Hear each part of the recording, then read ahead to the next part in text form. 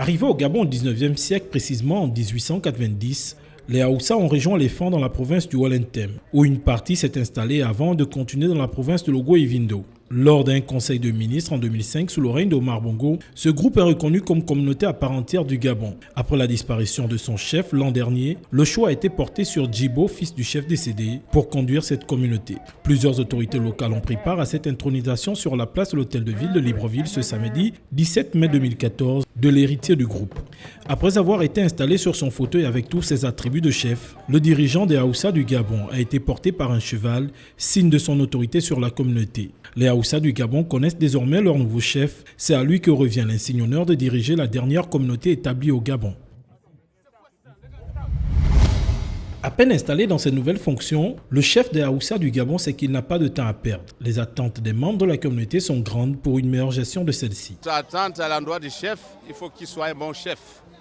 C'est-à-dire, moi j'ai pris le bon Dieu Allah, Allah lui garde, Allah lui protège, qui s'occupe des gens, qui juge bien les gens. Il n'y a pas Haoussa du Gabon, il n'y a pas Haoussa du Nigeria, il n'y a pas Haoussa du Niger.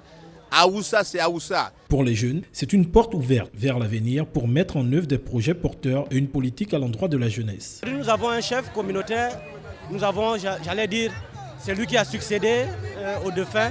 Il y a toujours eu un chef, mais aujourd'hui nous sommes d'autant plus contents parce que c'est un jeune. Et nous pensons qu'à travers lui déjà on se reconnaît et qu'avec lui nous allons certainement davantage améliorer ce qui existe, à savoir les conditions de vie, à savoir le dialogue social, à savoir le programme de jeunesse, pour qu'ensemble nous puissions mener à bien et l'aider effectivement durant son long mandat de chef.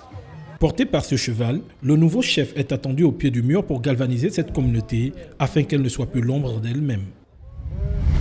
Amis, parents et fans encadrés par les forces de police ont répondu présents à l'aéroport international Léon Mba de Libreville afin d'accueillir le champion du monde de taekwondo et médaillé d'argent aux Jeux Olympiques de Londres 2012, Anthony Obam, arrivé à 1h27 du matin, heure de Libreville. Après Teddy Riner, l'édition précédente, le tour revient à l'international gabonais d'être l'invité spécial de la Grande Nuit des Arts Martiaux organisée par la Gagadojika de Maître Mankoumi Mombo Wapacha. Ne venons pas qu'en simple invité, Anthony Obam aura un combat réel à livrer face au Britannique Mahama Chow, 3e mondial de taekwondo et premier du Grand Prix de Manchester en Angleterre. Un combat qui ne sera pas une première pour la panthère gabonaise car il a déjà rencontré son adversaire dans différentes épreuves. Il est à noter également que ce combat comptera dans le palmarès des deux athlètes de haut niveau.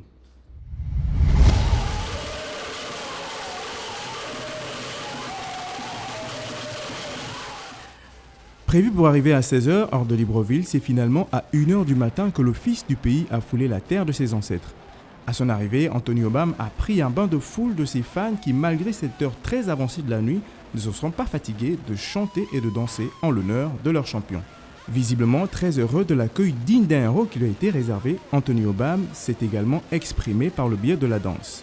Ndem, jazzé, en passant par la danse au mias, le champion du monde s'est lâché.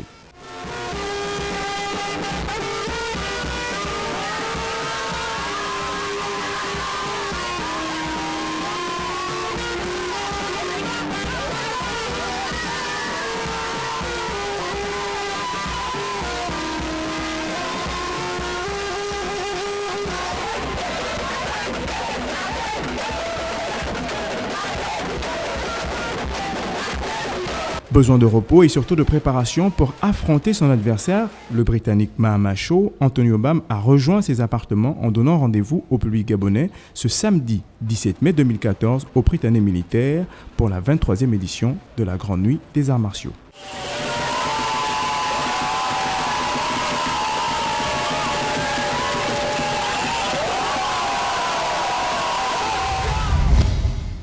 Souvenir, c'est à l'occasion du 19e anniversaire de la disparition de Véronique Itiembou Imbine que le collectif des conteurs du Gabon a rendu un énième hommage à l'artiste disparu. Véronique Itiembou est pour moi personnellement l'artiste qui a bercé mon enfance.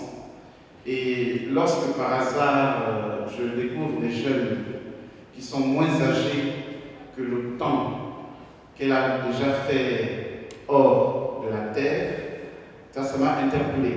C'est des jeunes qui ont moins de 19 ans, parce qu'elle, ça fait 19 ans qu'elle est partie.